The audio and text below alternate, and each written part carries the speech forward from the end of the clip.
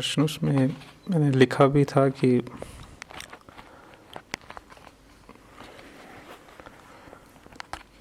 नहीं भी करने चाहते जो चीज़ वो काइंड ऑफ समझौता एग्रीमेंट करना पड़ता है उस वजह से कि एटलीस्ट वो इस काम में बाधा न डाले, जो कि वो धीरे धीरे मान भी रहे हैं।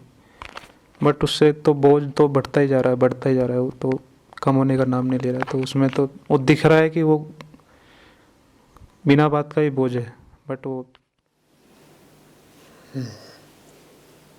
पढ़ी दूँ जो लिखा है। श्रद्धेय आचार्य जी, चरण वंदन। बैंकों का मोटा कर्ज है, शायद और भी लेना पड़े बहन की शादी के लिए। न करूं तो बोला जाता है कि पारिवारिक दायित्व से भाग रहा है। तेरे लिए हमने इतना किया, अब तेरा फर्ज है कि तू भी कर। मैं समझौता कर लेता हूँ, ये सोच के कि अगर मैं इनको संतुष्टि दे पाऊँ तो शायद अंततः ये मुझे सत्य की तरफ जाने से न रोकें। जहाँ से पैसा कमाता हूँ वहाँ ऊर्जा निरर्थक ही नष्ट हो रही है। प्रबल इच्छा है पुल हो जाने की, पार हो जाने की, लेकिन कर्ज और वो सारी कड़वी बातें नौकरी पर मजबूर करे दे रही हैं। रोज़ योजना करता हूँ कि 3-4 साल में ये कर्ज समाप्त कर दूँगा और आपकी शरण में आ जाऊँगा, पर यह विचार भय से भर देता है कि अभी तो कर्ज और लेना है। मैं अपने स्वार्थ के लिए उनके स्वार्थ के साथ समझौता कर रहा हूँ, पर यह दिन पर दिन भारी पड़ता जा रहा है। आपके साथ यह सब साझा करने में भी शर्म सी महसूस हो रही है। सोचता हूँ आप इतना भार झेल रहे हैं, यह आर्थिक प्रश्न इत्यादि क्यों करूँ, पर सच्चाई यही है कि मन इसी से व्यथित है। कपिल शर्मा।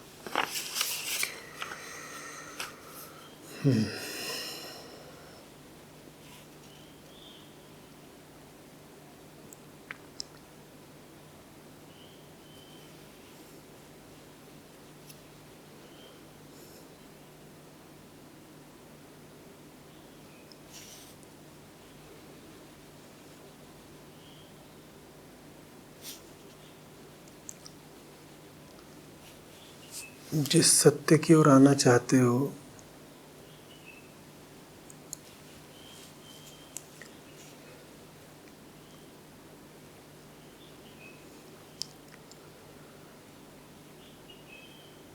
उसकी तरफ अचानक ही नहीं आ पाओगे, कोई नहीं आ पाया।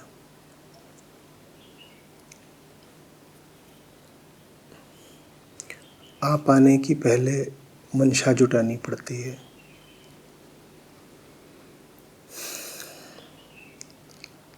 नदी कर पार कर पाओ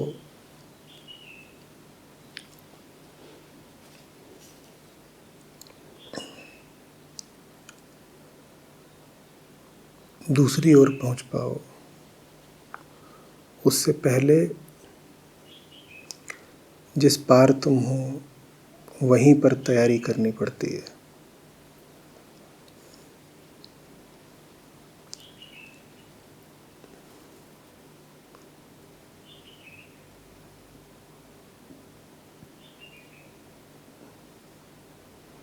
जो जहाँ पर है अगर वो वहाँ ही सच्चाई में नहीं जी पा रहा,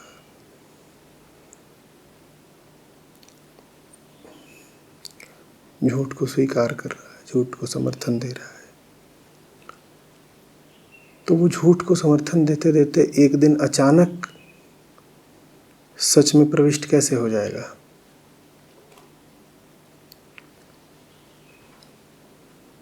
ये ऐसा हो सकता है। सच ने तो नहीं सिखाया होगा, बहन की शादी पर पैसे खर्च करना।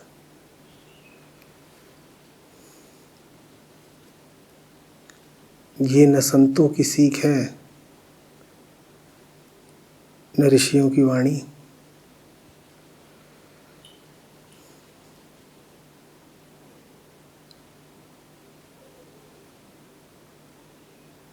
बहन है, बहन की शादी होनी है। पहले तो यही बात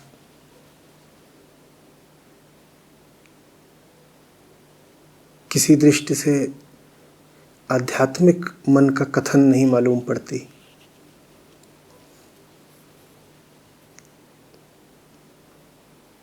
अगर बहन की शादी होनी है तो वो 12 बरस की तो होगी नहीं, और अगर 22 की है, 28 की है, 35 की है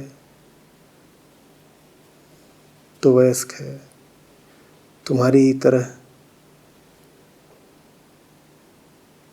अधिकार संपन्न चैतन्य व्यक्ति है। तुम कौन होते हो किसी की शादी कराने वाले? कोई भी कौन होता है किसी वयस्क की शादी कराने वाला?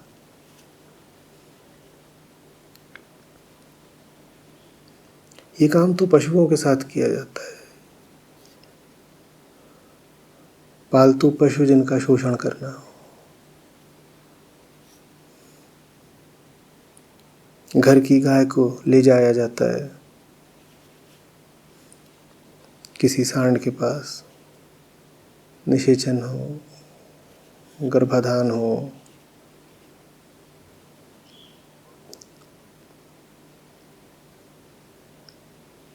फिर दूध दुहा जाएगा, कुछ लाभ होगा।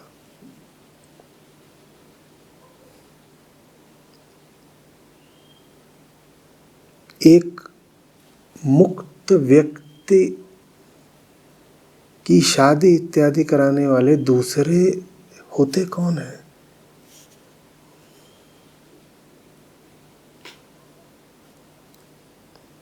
वास्तव में हस्बैंड शब्द भी वहीं से आया है, हस्बेंड्री।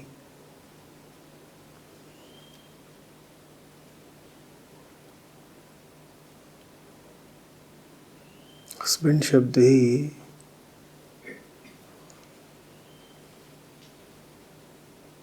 पशुओं का जो कृत्रिम और बलात् गर्भाधान किया जाता है वहीं से आया है।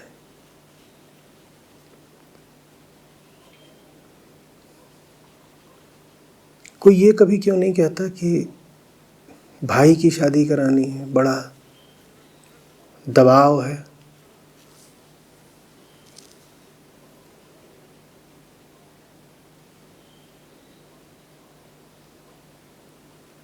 ये बेचारी स्त्रियों पर ही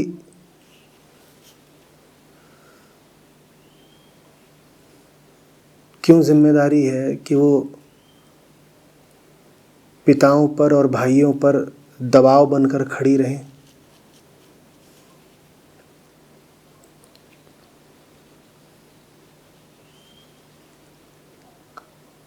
ये कथन आध्यात्मिक तो नहीं है ना। ये तो 80 और 90 के दशक की किसी हिंदी पिक्चर की बात लग रही है कि भाई परेशान है अपनी युवा बहन की शादी इत्यादि के लिए और दहेज इत्यादि का प्रबंध कर रहा है।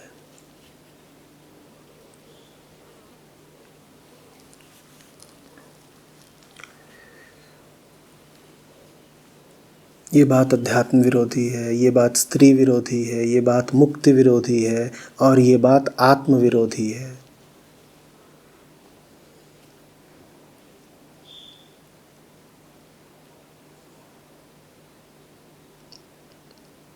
कह रहे हो सत्य की तरफ आना चाहते हो। जो सत्य की तरफ आए वो इन विचारों से भरे होते थे कि पैसा इकट्ठा करूंगा, बहन की शादी कराऊंगा।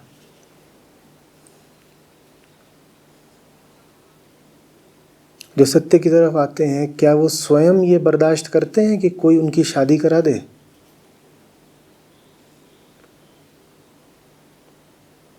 क्या वो स्वयं ही बर्दाश्त करते हैं कि कोई दूसरा उनकी शादी इत्यादि की जिम्मेदारी ले? ऐसे होते हैं क्या साधक, संत, फकीर? जब वो अपने लिए ये बर्दाश्त नहीं कर सकते कि कोई दूसरा उनकी शादी की योजना बनाए और प्रबंध करे इत्यादि, तो वो दूसरों के लिए ये विचार कैसे करेंगे कि मैं इसका हाथ पकड़ के इसका ब्याह रचा दूंगा?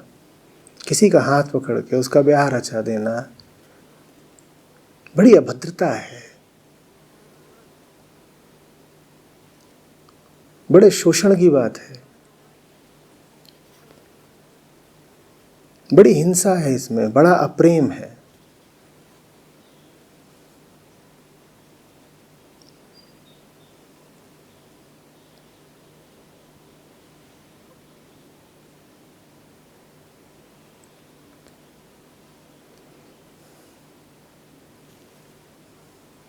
और अभी तो तुम जिस पैसे इत्यादि की बात कर रहे हो, तुम भली भांति जानते हो कि वो एक सामाजिक कुरीति भी है। अगर सिर्फ ब्याह ही होना होता तो उसमें खर्चे की क्या ज़रूरत है? मंदिर चले जाओ कि अदालत चले जाओ, ब्याह हो गया। ये जो तुम जिस खर्चे की बात कर रहे हो, तुम भी जानते हो खर्चा क्या है। और छोटे मोटे खर्च की बात नहीं कर रहे हो, तुम ऐसे खर्च की बात कर रहे हो जिसकी याद भर से तुम्हारा दिल दहल जा रहा है।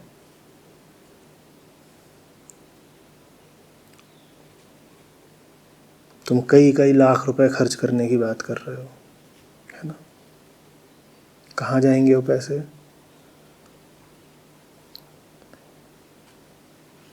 सर वो उनका ये मानना है कि जैसे मतलब घर में बेटे का संपत्ति पे अधिकार होता है, तो बेटी का भी उसका जो पोर्शन है उसको तो संपत्ति बेच के दे दिया जाए, क्या आपत्ति है?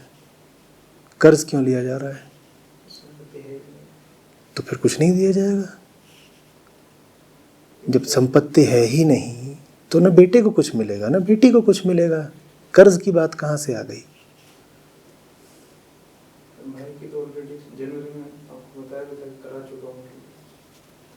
करा चुका हूँ। इस वाक्य में ही कितनी कुरूपता है, तुम देख रहे हो?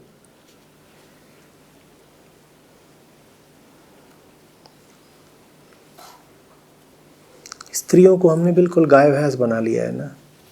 मैंने उनकी करा दी।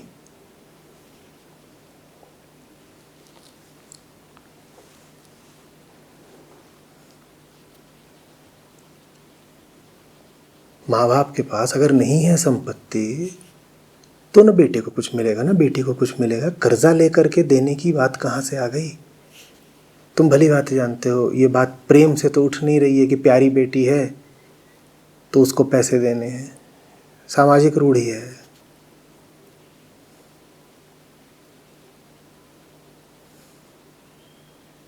तुम क्यों इसमें साझीदार हो रहे हो?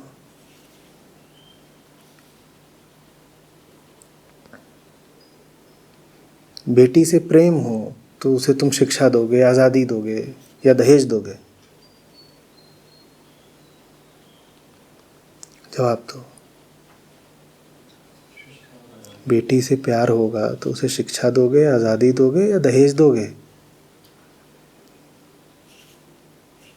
ये सारे काम जिनकी तुम बात कर रहे हो, ये घोर अज्ञान के और बड़े निकृष्ट कोटि के काम हैं।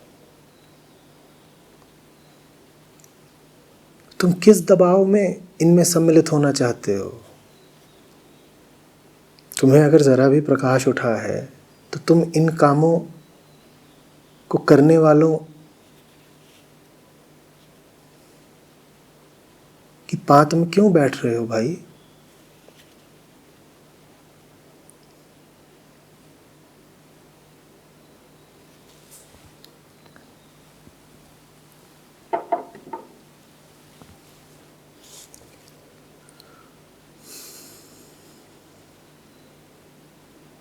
फिर तो सच के पारखियों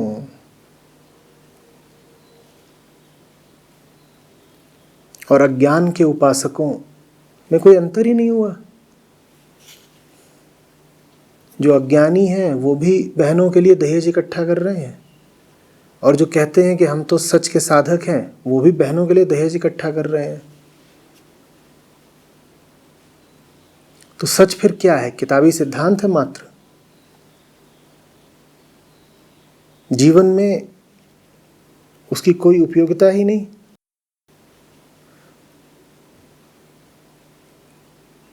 जीवन में उसका कोई प्रभाव ही नहीं।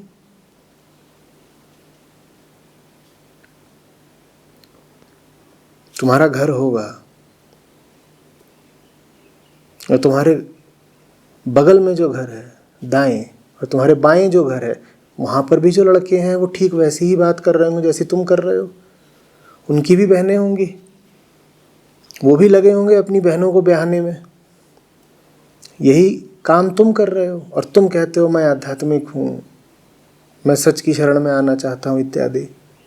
तुम में और उनमें अंतर क्या है? उन्होंने भी अपनी बहनों को खूंटों से बांध दिया और तुम भी यही आयोजन करने में लगे हो।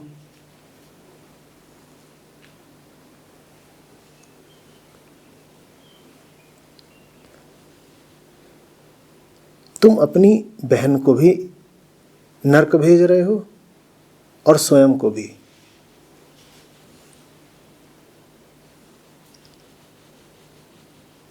खुद तो तुम बागपत से बेंगलोर पहुंच गए आज़ादी की तलाश में, बहन कोई अधिकार नहीं है क्या? छोटी बहन है, तुम बड़े हो, अपना ब्याह तो तुमने किया नहीं, और मुझे 5 दफ़े कह चुके हो कि ब्याह से बड़ा बंधन दूसरा नहीं, ब्याह से बड़ा रोग दूसरा नहीं। अपने लिए तो तुम कह रहे हो ब्याह से बड़ा बंधन दूसरा नहीं, और बहन की शादी के लिए उतावले हो। बहन के दुश्मन हो तो फिर अपनी शादी करो ना पहले। उम्र तो तुम्हारी ज़्यादा है, बहन तो छोटी है। अपनी शादी क्यों नहीं कर रहे? अपने लिए दहेज इकट्ठा करो। अपने लिए दहेज भी नहीं इकट्ठा कर रहे क्योंकि तुम तो पुरुष हो। अपनी शादी भी नहीं कर रहे क्योंकि तुम तो सत्य के साधक हो। बहन की शादी भी करनी है और सदहेज करनी है। अपने लिए तो तुम मुक्ति के रास्ते खोज रहे हो, बहन को कारागार में डाल रहे हो,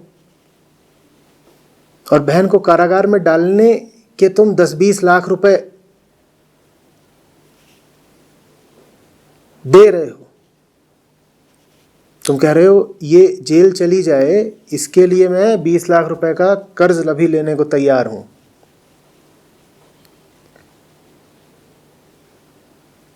भली प्रीत निभा रहे हो बहन के साथ, कर्ज उठा उठा के उसको भेज रहे हो जेल में।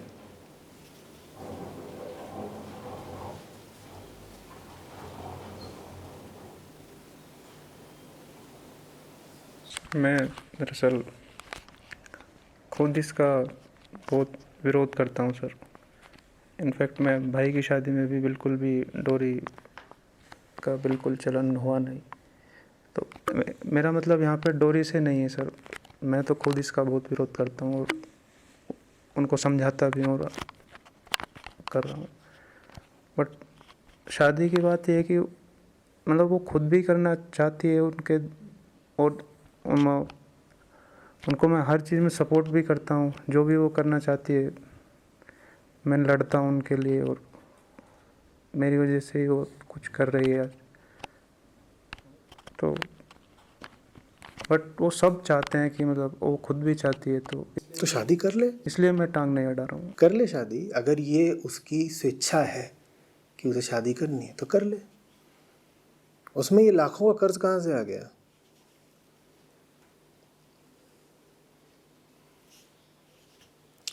एक वयस्क को दूसरे वयस्क से ब्याह करना है, कर ले। उसमें उसके भाई पर लाखों का कर्ज कहाँ से बैठ गया?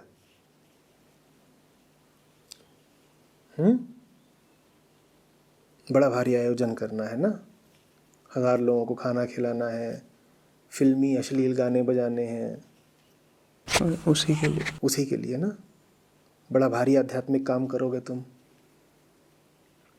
जो शादी का महामंडप लगेगा उसमें तुम बाबा बुल्ले शाह तो बजाओगे नहीं, न कबीर साहब के भजन होंगे। कौन सा गाना बजने वाला है उसमें? 3 दिन से यहाँ तो भजन गा रहे हो और कर्ज लेके वहाँ कौन सा गाना बजाने जा रहे हो? जवाब दो।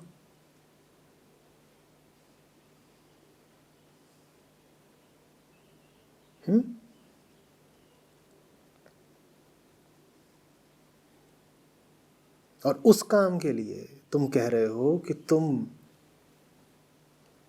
कर्जा उठाओगे, व्यर्थ की नौकरी में 4 साल और लगाओगे, सब तरह के दुख पाओगे, ताकि एक रात को तुम महामंडप में सस्ते फूहड़ फिल्मी गाने बजा सको।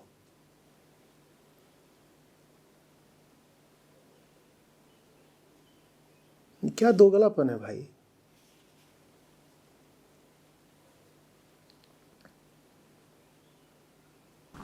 तो मेरी बिल्कुल भी इच्छा शामिल नहीं है इसमें। तो मत करो। न करो, न बहन को करने दो। बोलो उससे कि तू क्या कर रही है, तो शादी करनी है कर ले। शादी के साथ ही आर्थिक बर्बादी लाना जरूरी है क्या?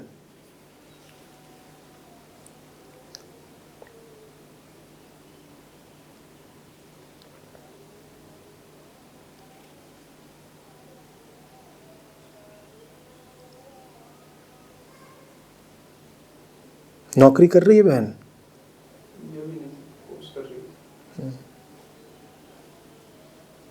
तुम्हारे ही परिवार के लड़के अगर बेरोजगार हों और शादी के लिए लालायित हो जाएं, तो तुम कहोगे छी, न कमाता न धमाता,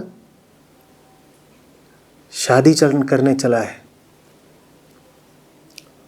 और लड़कियों से ये बात तुम बोलते नहीं, क्योंकि लड़कियां तो गायें हैं, उन्हें कमाना धमाना थोड़ी है, उन्हें तो घर में बैठकर बछड़े जनने हैं। जब बहन अभी कमाती नहीं, तो भाई होने के नाते तुम्हारा दायित्व तो क्या है? उसको स्वावलंबी बनाना, आत्मनिर्भर बनाना, या उसकी शादी के लिए कर्ज उठाना? कौन सा अध्यात्म है तुम्हारा ये? तो वो बात करो ना। ये क्या बात है? ये क्या 2-3 साल आगे नहीं? कर्ज तो तुम उठाने का निर्णय कर ही चुके हो। बैलेंस चाहिए क्यों? अदालत पैसे मांगती है शादी का पंजीकरण करने के।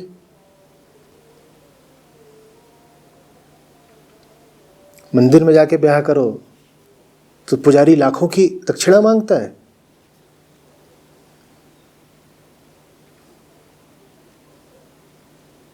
पूरे तरीके से सामाजिक कुरीतियों में डूबे हुए हो।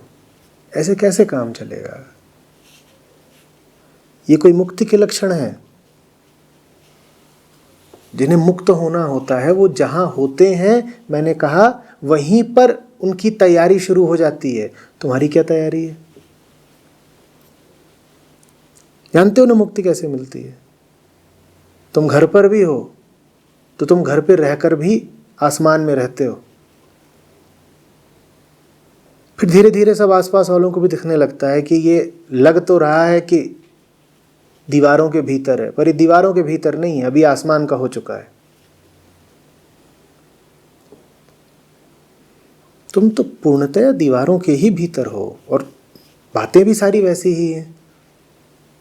कभी कहते हो घर वाले मुझ पे दबाव बना रहे हैं, अब आज उसके आगे का नया मुद्दा निकल आया। अभी तक तो यही था कि तुम्हीं पर निशाना साधा जा रहा है, पता चल रहा है कि तुम स्वयं निशाना साध रहे हो।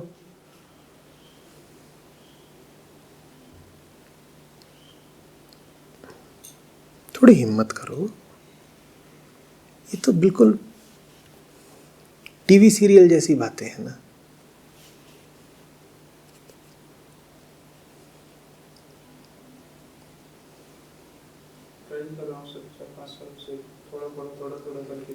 बात बहुत सीधी है, या तो दूसरा समझ जाए, और दूसरा अगर नहीं समझ रहा तो तुम कम से कम उसके कुकृत्य में साझीदार नहीं हो सकते।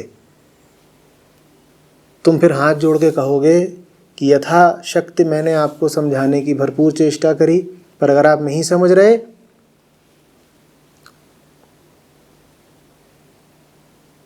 तो मुझे आज्ञा दें, अनुमति चाहता हूं। मैं इन काली करतूतों में शामिल तो नहीं हो सकता।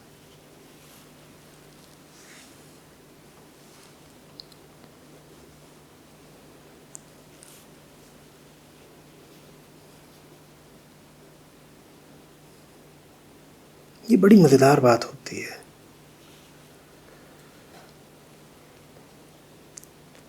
भाई को चलना है ब्रह्मचर्य की ओर, और पूछो कि बढ़ क्यों नहीं रहा। वो बहन का ब्याह कर दूं फिर मैं ब्रह्मचारी हो जाऊंगा। तू अगर अभी ब्याह को ही इतना मूल्य और महत्व देता है तो स्वयं भी ब्याह क्यों नहीं कर लेता।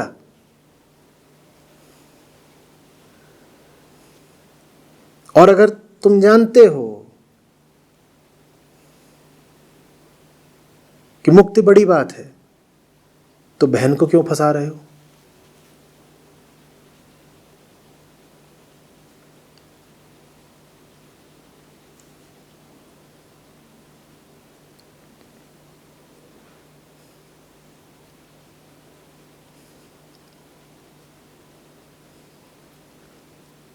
एक दो लोगों की जिद्दी अज्ञानता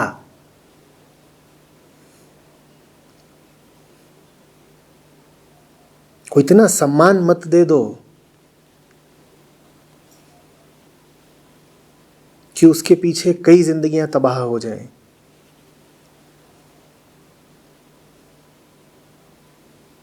और अज्ञानी लोग अक्सर जिद्दी बहुत होते हैं और भावुक भी होते हैं। भावुकता और अज्ञानता बिल्कुल सम अनुपात में चलती हैं।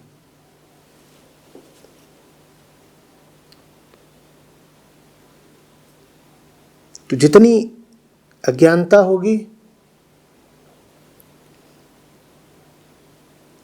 उतना ही व्यर्थ काम करने का जी करेगा, और उतनी ही ज्यादा भावुकता रहेगी अगर वो व्यर्थ काम पूरा ना होते देखो तो पहले तो तुम झूठे काम करने का आग्रह करोगे, और वो आग्रह ना पूरा हो रहा हो तो सर पीटोगे, आंसू बहाओगे, और ये देख करके बहुत सारे नरम दिल लोग पिघल जाएंगे। यही होता है ना घर में। कौन सा प्रकाश मिला है तुम्हें जो अंधेरे के सामने तुम भी भावुक हो जाते हो।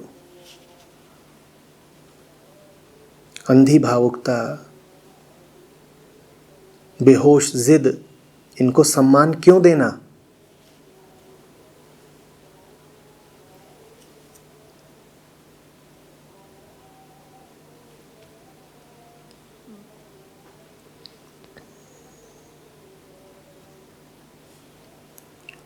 और याद रखो, तुम जो बार बार कहते हो कि तुम्हें ताने मारे जाते हैं, ताने हर किसी को नहीं मारे जाते। ताने उसे ही मारे जाते हैं जिस पर ताने सफल हो जाते हैं। जो ताने मार रहे हैं वो कितने भी अज्ञानी हो, पर एक हिसाब तो वो लगा कर रखते हैं कि व्यंग उसी को मारो जिस पर व्यंग का प्रभाव पड़ता हो। चूंकि तुम दुर्बल हो, तुम पर व्यंग का, कटाक्ष का, लानतों का प्रभाव पड़ जाता है, इसीलिए तुम पर लानतें पड़ती हैं। तुम हो जाओ मजबूत और तुम दर्शा दो कि तुम पर किसी भी तरह का झूठा दबाव काम नहीं करता।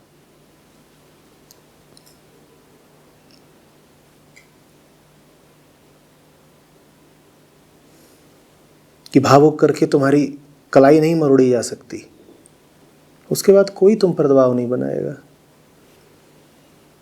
कोई नहीं मारने वाला ताने। वो भी कहेंगे कि इस पर असर तो पड़ना नहीं है, अपनी ऊर्जा क्यों खराब करें।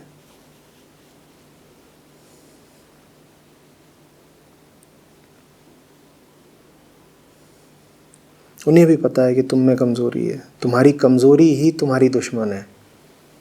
उन्हें पता है कि इससे दो चार उलझी उलझी बहकी बहकी गीली गीली बातें करेंगे, ये भी गीला हो जाएगा।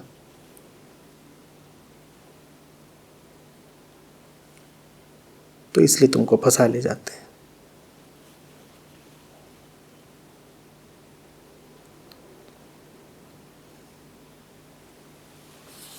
शायद इसमें मेरा भी लालच ये है कि मैं उस इमेज को इंटैक्ट रखना चाहता हूँ जो मैंने प्रोब बनाई है कि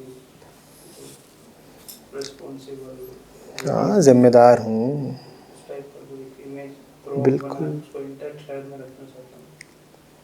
और उसमें स्वार्थ है तुम्हारा, उसमें मेरा शायद उसमें मुझे अच्छी लगती है image। सम्मान मिलता है, अच्छा लगता है, अहंकार है।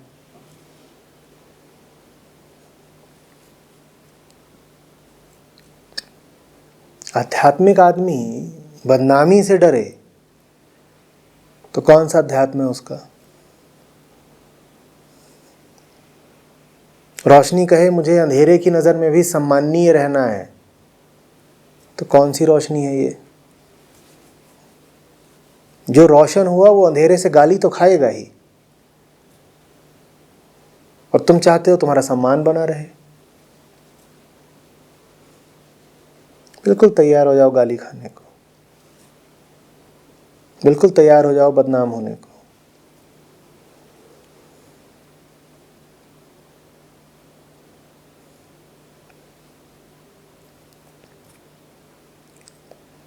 कोई संत कोई ऋषि बता दो जिसको मूर्खों से बदनामी न मिली हो।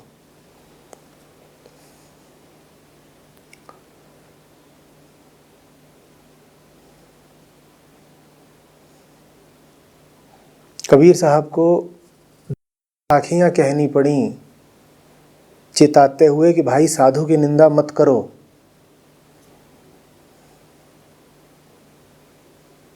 अगर उन्हें दर्जनों साखियाँ इस चेतावनी में कहनी पड़ रही हैं कि साधु की निंदा मत करो, तो इसका क्या अर्थ है। बहुत लोग थे जो साधुओं की निंदा ही करते रहते थे, और आज की नहीं उस समय की बात कर रहे हैं।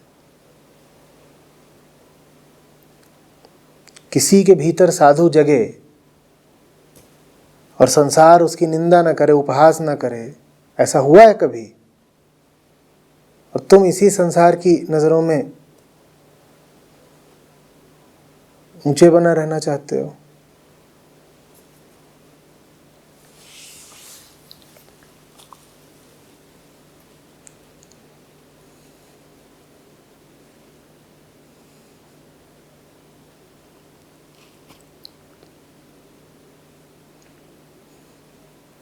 बदनामी और गालियां तो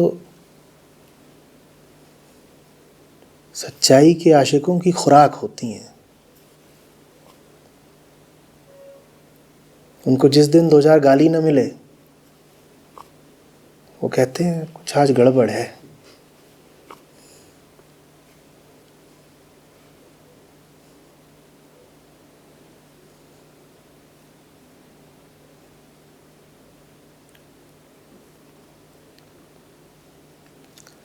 सत्य नंगा होता है और उसकी शरण में नंगे ही होकर जाना पड़ता है।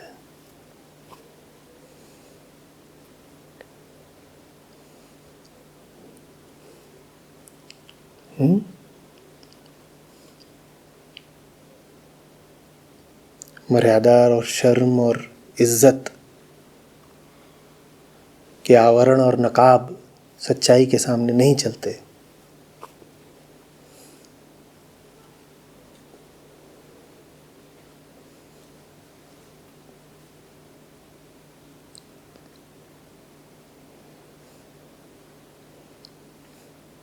अब जैसे देवी जी को लाए हो वैसे ही बहन को ले आना, या कम से कम उसे कहना कि कुछ वीडियो वगैरह देखे।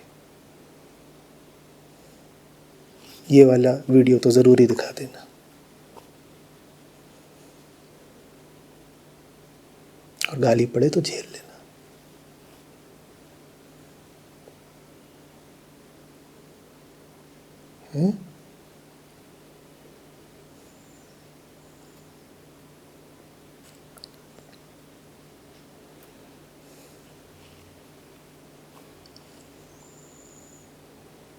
शायद ये चीज़ का परसेंटेज मुझे आपने जब विस्तार से बताया तो अब मुझे फ्लैश हो रहा है कि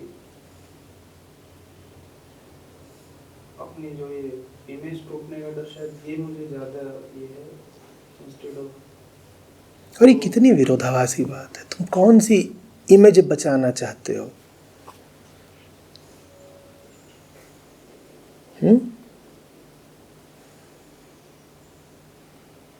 वेडिंग फ्लोर पर डीजे चला के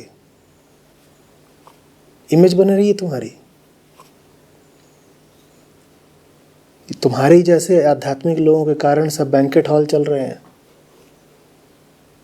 पूरी इंडस्ट्री चल रही है। बहुत पैसा लेते हैं वो एक रात का। किसी की गाड़ी कमाई होती है वो पैसा।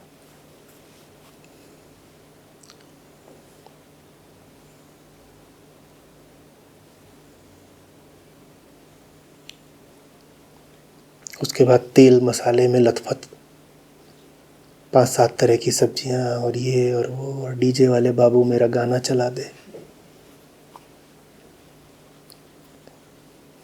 5-7 नशेड़ी, हुल्लड़, इन सब चीज़ों के लिए बहनों के भाई और बाप कर्ज लेकर के ब्याह कराते हैं और बड़ा गौरवान्वित अनुभव करते हैं कि हमारी जिम्मेदारी थी, देखो हमने पूरी कर दी है।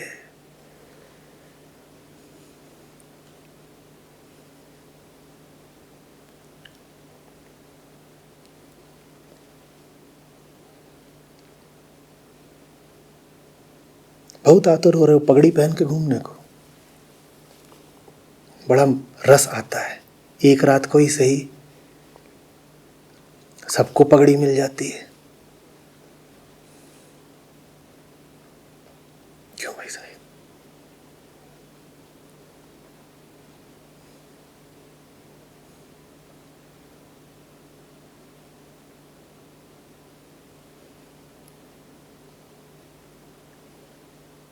और लोग जाते आते क्या जाते, शर्मा जी के यहाँ शादी बढ़िया थी, बस बिरयानी में मिर्च थोड़ी ज़्यादा थी।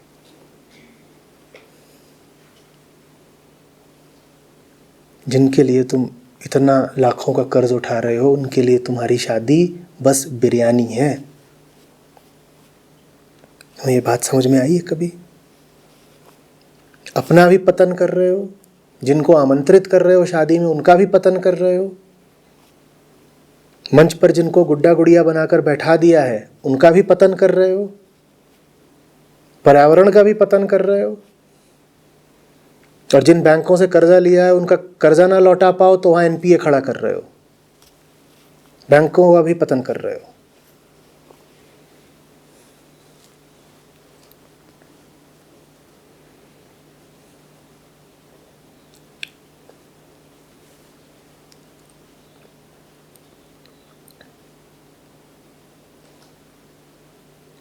भारत में पिछले 10-20 सालों में देखोगे तो गांवों में बड़ी आत्महत्याएं होती हैं, अधिकांशतः किसान होते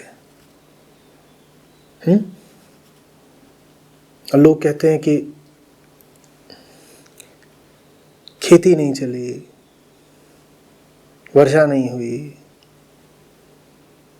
या फसलों के उचित दाम नहीं मिले, इसलिए किसान बेचारे को आत्महत्या करनी पड़ी। जो बात लोग कहते हैं वो बात ठीक है पर पूरी नहीं है। बहुत सारे मामलों में व्यक्ति को आत्महत्या करनी पड़ती है क्योंकि उसने इन सब सामाजिक सांस्कृतिक कार्यक्रमों के लिए खूब कर्जा उठा रखा होता है और फिर वो ये कर्जा लौटा नहीं पाता। तुम आम आदमी की ज़िंदगी को देखो, सबसे बड़े खर्चे कौन से होते हैं उसके जीवन के? यही सब तो।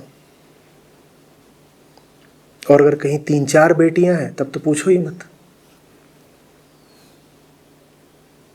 श्राद्ध है, चाहे किसी की 13वीं है, चाहे किसी की 6ठी है, और चाहे ब्याह है, जन्म हो, मृत्यु हो, विवाह हो।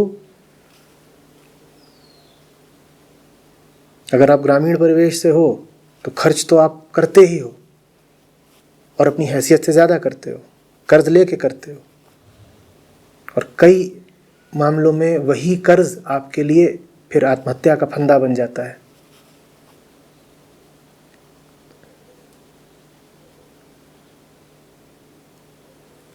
और ऐसा भी नहीं है कि ये खर्च वही कर रहे हैं जो ग्रामीण परिवेश से हैं।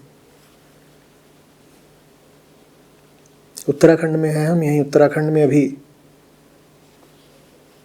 एक कई 100 करोड़ की शादी हुई है,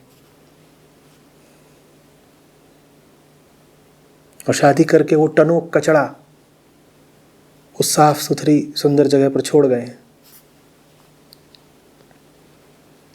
और जो कई 100 करोड़ की शादी हुई है, ये अब तुम्हारे जैसे लाखों लोगों के लिए उदाहरण बन गई है कि घर में शादी हो तो खर्च तो करना ही चाहिए ना।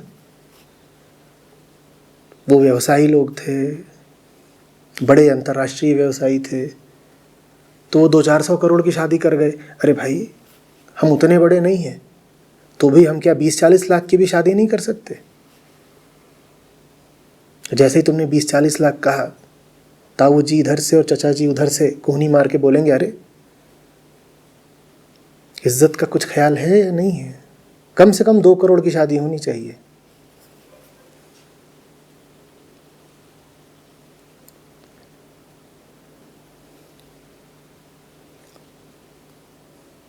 और ये बात हमें दिखाई भी नहीं देती कि हमें इस तरह की कुरीतियों और मूर्खताओं और बंधनों की तरफ कौन प्रेरित कर रहा है, कौन ढकेल रहा है।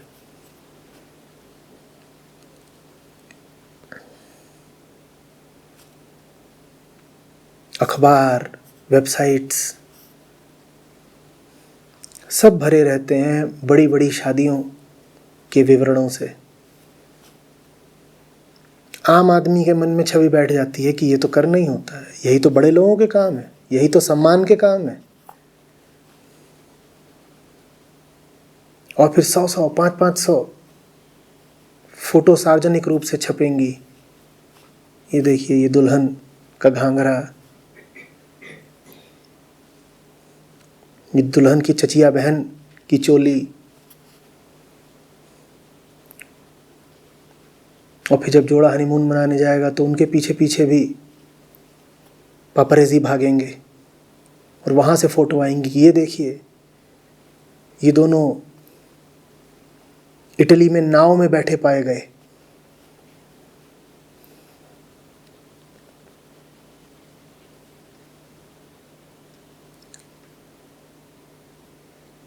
और ये सब देख करके तुम जैसे लोगों को लगता है कि यही तो जीवन है, ये तो जीवन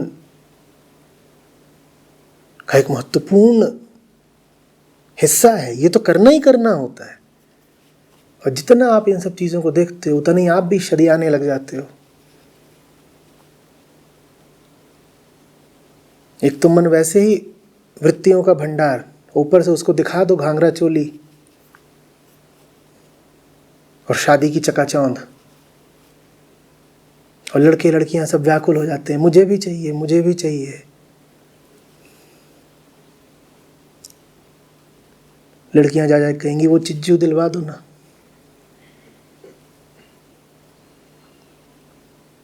है ना, चिज्जू चाहिए, मुझे भी शादी चाहिए। अरे उसकी भी हो गई, उसकी भी हो गई, उसकी भी हो गई, उसकी भी हो गई।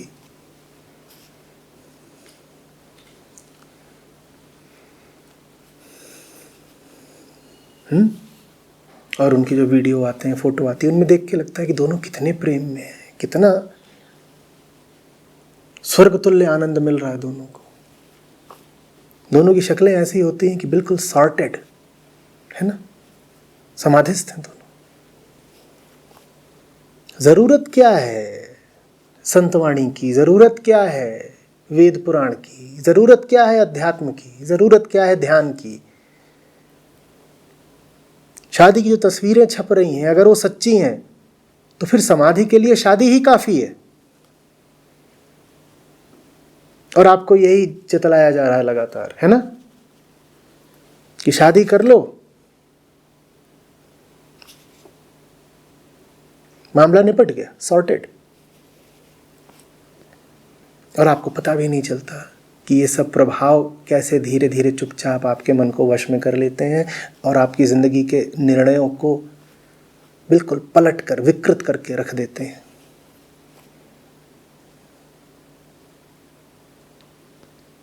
मैं शर्त लगाता हूँ, आप आज ही ठीक अभी 5 न्यूज़ वेबसाइट्स खोल के देख लें, एक भी नहीं मिलेगी जिसमें शादी की घाघरा चोली न लटकी हुई हो। न्यूज़ माने शादी की घाघरा चोली लटकी हुई है।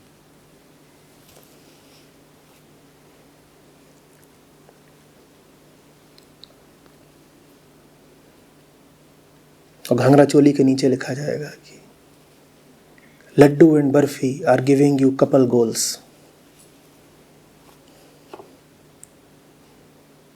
हमें तो ये पता था कि जीवन का एक ही गोल होता है, मुक्ति। ये कपल गोल्स क्या होते हैं?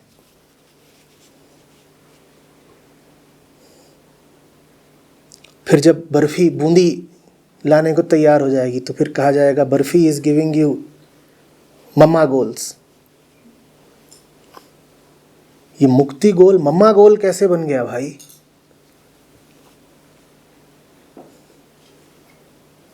और तुम्हारे जैसे जिम्मेदार भ्राताश्री, हाँ बहन मैं हूं ना, विलायती घाघरा चोली लेके आऊंगा कर्जा लेकर के।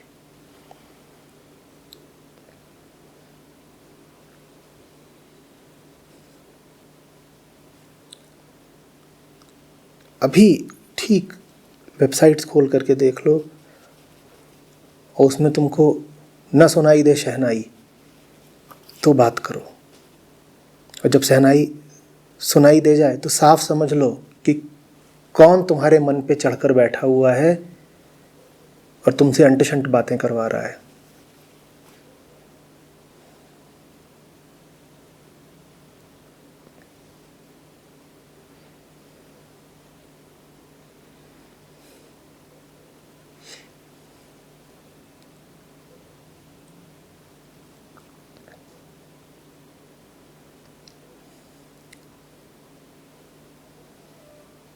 एक आम आदमी पूरी ज़िंदगी कर क्या रहा होता है?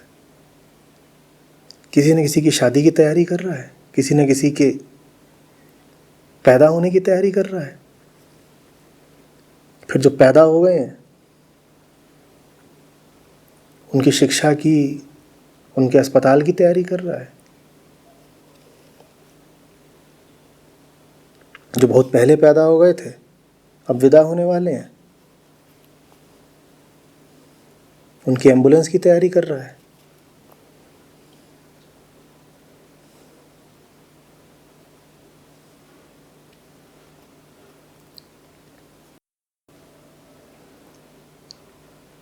अब तो स्थितियां फिर भी थोड़ा बदल गई हैं। स्त्रियों को भी अब इंसान माना जाने लगा है। नहीं तो आज से 20-40 साल पहले घर में लड़की पैदा होती नहीं थी कि बाप का नंबर 1 एजेंडा बन जाता था, इसके लिए दहेज जोड़ना शुरू कर दो।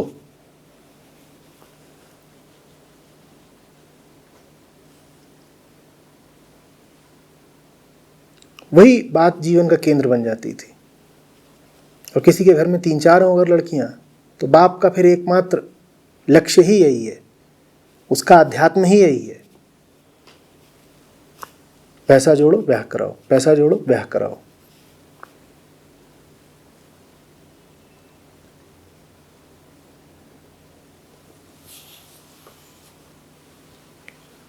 मैं बहुत छोटा था, मेरे ख्याल से 8 बरस का रहा होऊंगा या 10। कानपुर में घटना घटी थी। 3 बहनों ने एक साथ आत्महत्या कर ली थी क्योंकि पिता दहेज देने में असमर्थ था। आप अगर अभी भी गूगल करेंगे तो 1986 या 88 के आसपास का कांड है। मैं छोटा था।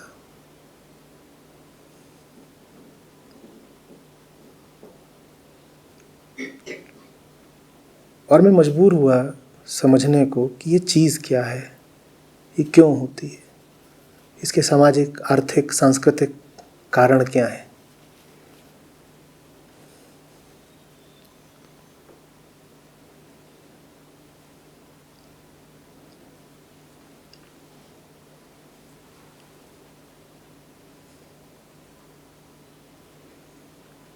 सब मध्यम वर्गीय घरों में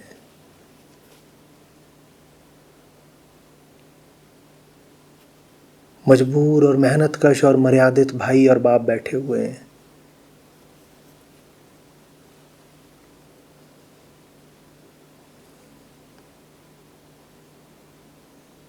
और स्त्रियों की और बहनों की जिंदगी बर्बाद की जा रही है।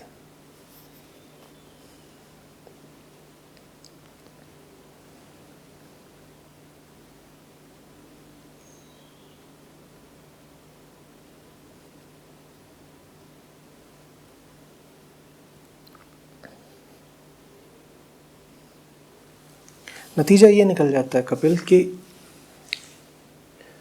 बापों और भाइयों का ही नहीं, बहनों का भी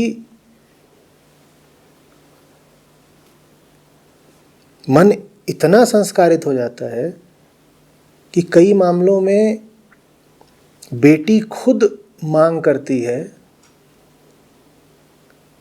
कि बड़ी बहन को तो इतना दिया था पापा, मुझे क्या कम दे रहे हो।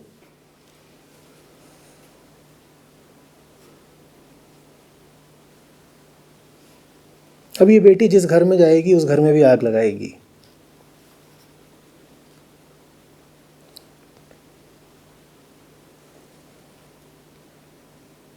अब इसे किसी और के पैसे पर पलने की आदत लग गई है।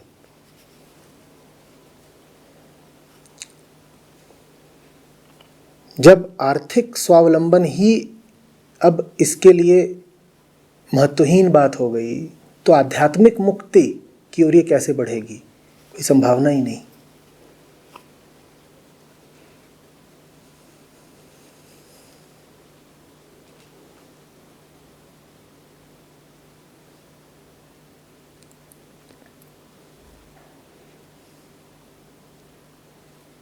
तो जो बात मैं तुमसे कह रहा हूं, इस बात को अगर सुनोगे और चलोगे तो ऐसा नहीं कि माँ बाप और चचा ताऊ से ही गाली खाओगे। जिस बहन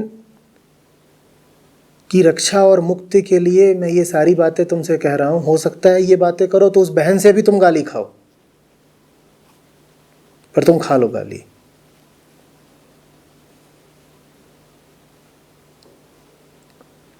ये बड़ी विडंबना है कि अक्सर तुम जिसका हित करना चाहते हो वही तुम्हारा घोर शत्रु हो जाता है।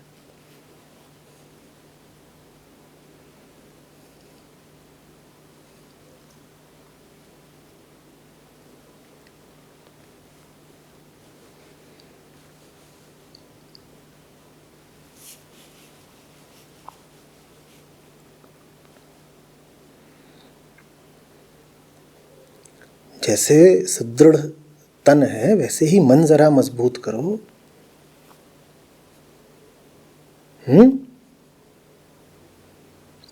ऐसे थोड़ी कि बाहर से घोड़े और भीतर म्याऊं म्याऊं।